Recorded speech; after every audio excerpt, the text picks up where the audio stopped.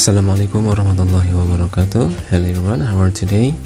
Hari ini kita akan belajar tentang latihan soal tentang memo, menu, schedule, and sign dalam bahasa Inggris pilihan ganda yang nantinya akan disertai dengan pembahasan dan juga kunci jawabannya.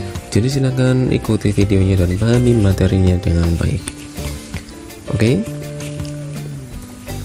Apa saja yang kita lihat dalam video ini? Yang pertama ada contoh dan latihan soalnya, and then ada pembahasannya, ada jawabannya, dan juga ada tips mengerjakannya.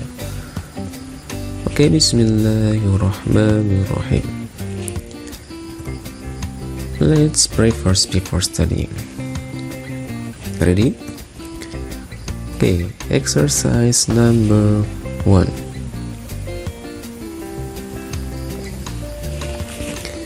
Di sini ada sebuah memo, ya. SMK Negeri 1 Kali Bogor. To all teachers and staff from principal that April 7, 2021 the workshop. Please attend the workshop of New Normal Education that will be held on April 12, 2021 at Gasiba.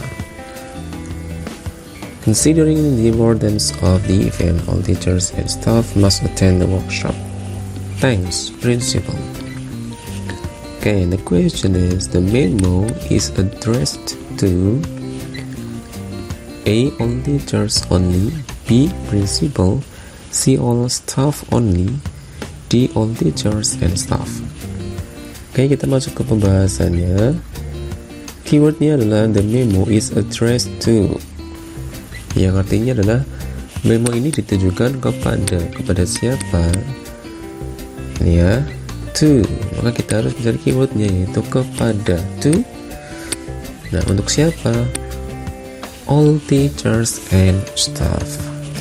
Jadi sangat mudah, ya. Oke, so the answer is D, all teachers and staff. Kalau all teachers only, ini salah karena bukan hanya teacher saja. B, principal, ini bukan karena principal itu pemberinya. C, all staff only, ini juga salah, ya. So the right answer is D. Exercise number 2. The same memo, yang sama tapi pertanyaan nanti berbeda. When will the workshop be held? A, April 7, 2021, B, April 9, 2021, C, April 11, 2021, D, April 12, 2021. When, kapan? Will the workshop be held? Workshopnya akan dilaksanakan. Oke, kita lihat dulu keywordnya, yaitu will be held, yaitu workshopnya akan adakan pada, nah the answernya on April 12, 2021. So the right answer is D, April 12, 2021. A, ini tanggal membuat memonya. B, no. C, no. The right answer is D. Exercise number 3. Ini masih memo yang sama. The question is, what is the memo about? A, workshop of New Normal Education, Gazeba SMK Negeri 1 Kali Bogor. C, the duty of teachers and staff. D, workshop of New Education Policy. What, apa, is the memo about? Tentang apa memo tersebut?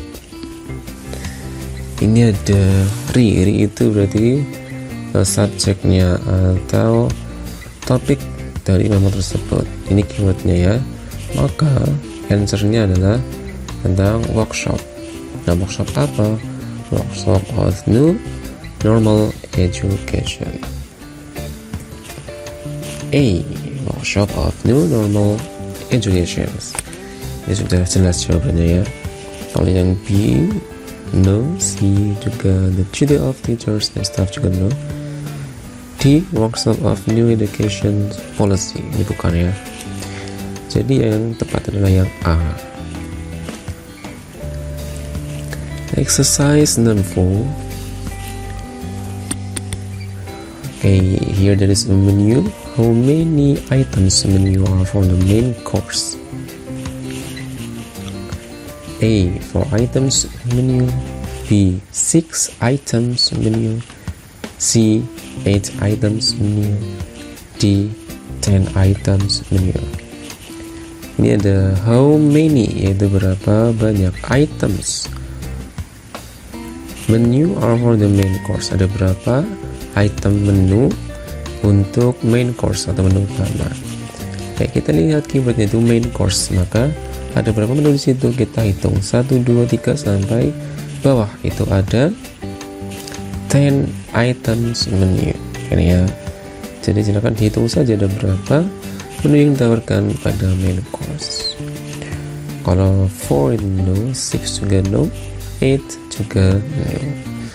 Jadi ini mudah ya, karena tinggal menghitung saja.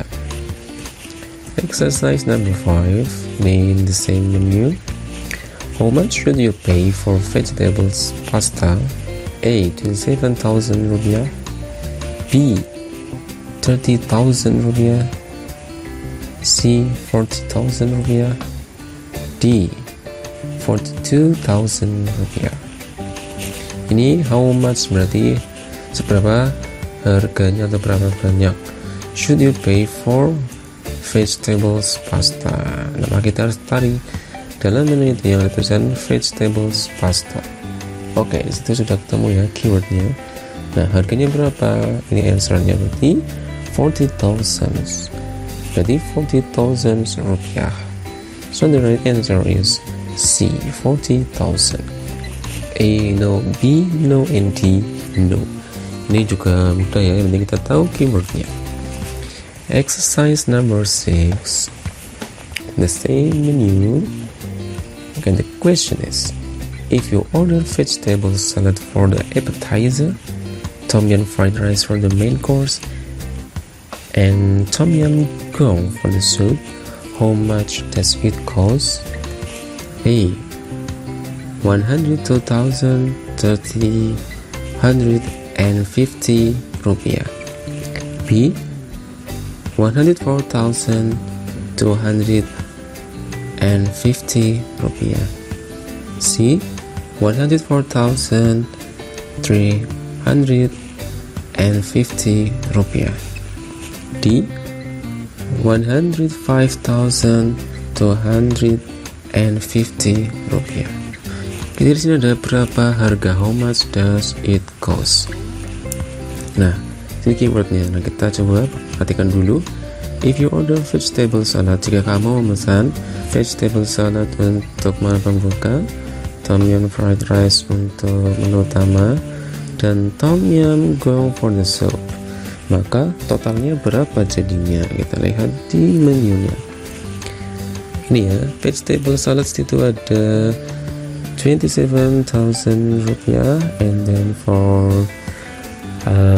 tom yum fried rice 35,000 rupiah, and then for the soup tom yum goong itu ada 42,350 rupiah. Ini ya, set. Maka kita lihat answernya itu total dari semuanya dijumlahkan. So the right answer is 104,350 rupiah. Oke ya, jadi hanya menjumlahkan semua dari total harga masing-masing item yang kita pesan. Oke, exercise number 7, class schedule for students. Ini ada jadwal kelas untuk siswa. How many lessons are given to the students based on the schedule above? A. 15 lessons. B. 16 lessons. C. 17 lessons, and D. 18 lessons. How many berarti berapa banyak, lessons are given, pelajaran yang diberikan to the student kepada siswa based on the schedule above, berdasarkan tabel atau jadwal di atas. Jadi kita tinggal hitung saja dari Senin sampai dengan Jumat, Monday to Friday itu ada berapa nih ya, maka kita hitung masing-masing hari ada 3 kali 5 berarti ada 15, itu 15 lessons. A ya, 15 lessons. Kita tinggal hitung saja berapa jumlah mata pelajarannya. B no, C no, D no. Ini mudah ya. And then exercise number 8, in the same class schedule for students. How long the break time is for the students? A. 15 minutes, B. 20 minutes, C. 25 minutes, and then D. 30 minutes. Ini berapa lama the break time, itu waktu istirahatnya untuk siswa itu ada berapa lama. Kita lihat sini ada break time, itu dari jam 10 sampai dengan jam 10.30. Jadi berapa menit ya, kita hitung berarti ada 30 menit. Ini ya, 30 menit saja, maka the right answer is D, 30 minutes. A no, B no, C no. Ini juga mudah, tinggal menghitung saja. And then exercise number 9, in the same class schedule for students. When do the students get art and culture in a week? A. On Monday, B. on Tuesday, C. on Wednesday, and D. on Thursday. When, kapan do the students get the art and culture in a week? Ini pelajaran art and culture, seni budaya itu hari apa? Kita lihat sini ada keywordnya itu art and culture, maka itu pada hari apa? Wednesday. Maka jawaban yang tepat adalah yang C, on Wednesday. A. on Monday no, B juga no, D juga no. Ini juga mudah ya, nanti kita bisa tahu keywordnya. Exercise number 10, in the same schedule of students. How long will the students get the lesson for each subject? A. 60 minutes, B. 75 minutes, C. 90 minutes, and D. 120 minutes. How long, berapa lama siswa mendapatkan lesson, pelajaran for each subject, untuk setiap mata pelajarannya. Kita lihat di sini ada keywordnya, yaitu dari jam 7 sampai jam 8.30. Ini sama ya, jam kedua juga sama, intervalnya sama, yaitu berapa menit, berarti ada 90 menit, karena itu sejam lebih 30 menit, berarti ada 60 tambah 30 menit, berarti 90 menit. So the right answer is C, 90 minutes. Itu juga mudah ya. A no, B no, and D juga no. And then exercise number 11, here there is a sign of no smoking. Ini ada rokok di silang. What does the sign mean? A. We may smoke in that area. B. We are allowed to smoke in that area. C. Smoking is not forbidden in that area. D. We are not allowed to smoke in that area. What, apa does the sign mean? Maksud dari tanda di atas itu maksudnya apa, gitu kan? Ini keywordnya, ada rokok di silang dan juga ada tulisan no smoking, berarti dilarang merokok. Nah, kalau we may smoke in that area, ini salah, karena kita boleh merokok di area tersebut, ini salah. B. We are allowed to smoke in that area, ini juga sama ya, kita diperbolehkan merokok di area tersebut, juga salah. C. Smoking is not forbidden in that area, merokok itu tidak dilarang di area tersebut, ini salah. D. We are not allowed to smoke in that area, kita tidak diizinkan untuk merokok di tempat tersebut atau area tersebut, maka ini sama saja dilarang gitu ya. Jadi jawabannya adalah yang D. Jadi kita perhatikan untuk kata loud ini dan juga forbidden ini sering digunakan. Exercise number 12.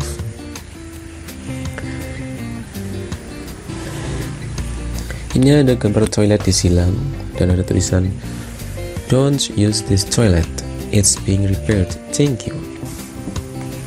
Jangan gunakan toilet ini. Toilet ini sedang diperbaiki atau dalam perbaikan. Thank you, terima kasih. The question is, what should we do after reading the notice about? Apa yang seharusnya kita lakukan after reading, setelah membaca tanda di atas? A. Use the toilet on purpose. B. Use another toilet. B. Repair the toilet. D. Clean the toilet. Apa yang seharusnya, what should we do, kita lakukan after reading the notice above, setelah membaca tanda atau peringatan di atas? Ini keywordnya don't use this toilet, it's being repaired, sedang diperbaiki atau dalam perbaikan. Maka apa yang kita lakukan? Use the toilet on purpose, gunakan sesuai fungsinya. Ini juga salah ya, yang sedang diperbaiki maka kita tidak boleh menggunakan toilet tersebut. C. Repair the toilet, perbaiki toiletnya. D. Clean the toilet, bersihkan toiletnya. C. Use another toilet, ini yang paling benar, gunakan toilet lain gitu ya, karena sedang perbaikan. Oke, ini juga mudah ya, jadi kita bisa memahami tanda atau peringatan yang tertulis di situ. Exercise number 13. Ini ada huruf P di silang. Pasti teman-teman sudah tahu ya makna dari tanda tersebut. When we see the sign above, it means that we are not allowed to blah blah blah in that area. A. Park. B. Stop. C. Take a picture. D. Smoke.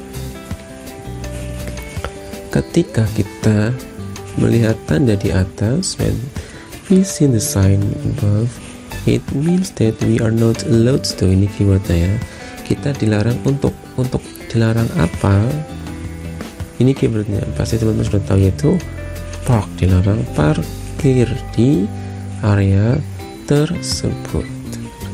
Stop ini juga salah, karena harusnya stop itu simbol atau huruf S di silang. Take picture, ini biasanya ada gambar kamera di silang harusnya ya. Kalau yang smoke itu tadi ya, gambar rokok di silang. Ini jawaban yang tepat adalah yang A. Not allowed to park. Exercise number 14. No cell phone use in school zones during the hours of 7 a.m. until 4 p.m. Where do you usually find the sign above? A. Hospital. B. Restaurant. C. Post office. D. School. Where, di mana do you usually find the sign above? Kamu biasanya menemukan atau menjumpai tanda di atas. Biasanya di mana nemu seperti ini? Tapi sini ada keywordnya, yaitu sebagai answer juga, yaitu school zones. Maka sudah tepat sekali, jawabannya adalah yang D. School, karena situ ada keywordnya sebagai answernya, yaitu school zones. Hospital no, restoran no, post office no. Mudah ini ya, yang penting kita tahu keywordnya. Exercise number 15. Ini masih sama yang tadi, just different question. From the sign above, we can conclude that A. We may use our cell phone at 8 p.m. B. We are allowed to use our cell phone anytime. C. We are not forbidden to use our cell phone after 4 p.m. D. We are not forbidden to use our cell phone before 4 p.m. Kita harus benar-benar memahami ini, karena sini adalah dari tanda di atas, we can conclude, kita bisa menyimpulkan bahwa. Jadi kita harus memahami isi dari sign atau tanda tersebut. Tapi itu ada keywordnya ya, tentang waktunya. Jadi dari tanda tersebut tertulis bahwa no cell phone use, tidak boleh menggunakan HP di school zone, di zona sekolah atau area sekolah, during the hours of, selama jam 7 pagi sampai jam 4 sore. Maka kesimpulannya apa gitu ya? Yang A, we may use our cell phone at 8 PM. Kita boleh menggunakan telepon atau HP kita jam 8. Boleh apa tidak? Tidak boleh gitu ya, karena masih jam larangan. B, we are allowed to use our cell phone anytime.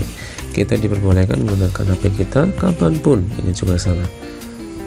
D, we are not forbidden to use our cell phone before 4 PM. Kita tidak dilarang untuk menggunakan HP kita sebelum jam 4 sore. Tidak dilarang, berarti salah karena tadi sign-nya atau tandanya itu dilarang menggunakan gitu ya. Nah, kalau sini yang jawaban yang paling tepat, we are not forbidden to use our cell phone after 4 PM. Kita tidak dilarang untuk menggunakan HP kita setelah jam 4 sore, karena setelah jam 4 itu diperbolehkan. Karena dari tanda tersebut yang dilarang itu jam 7 pagi sampai jam 4 sore. Oke, ini yang penting kalian bisa memahami isi dari tanda tersebut, maka kalian akan mudah untuk menemukan jawabannya. Oke, that is the tips for doing the exercise in English, especially for multiple choice. Baca dulu pertanyaannya, kemudian setelah paham pertanyaannya, barulah membaca teksnya dengan mencari poin pentingnya saja yang ditanyakan. Ini sangat penting ya. Ini kita tahu pertanyaannya dulu, kita lihat jawabannya. Perhatikan dan pahami dari teks tersebut tentang who, siapa, when, kapan, where, di mana, why, mengapa, what, apa, dan how, bagaimana. Yang ketiga, carilah keywords atau kata kunci dari pertanyaannya. Kemudian carilah keyword tersebut dalam teks untuk menemukan jawabannya. Nah, seperti dalam latihan tadi, kita harus mencari keywordnya dalam pertanyaannya. Nah, kita harus bisa mencari keyword dalam teks atau jawabannya ya. Jadi ini kan memudahkan kita. And thank you for your attention. See you in the next video. Jika ada pertanyaan silahkan tanyakan di kolom komentar, dan jika bermanfaat silahkan share ke teman-teman kalian. Sampai bertemu di video selanjutnya. Wassalamualaikum warahmatullahi wabarakatuh.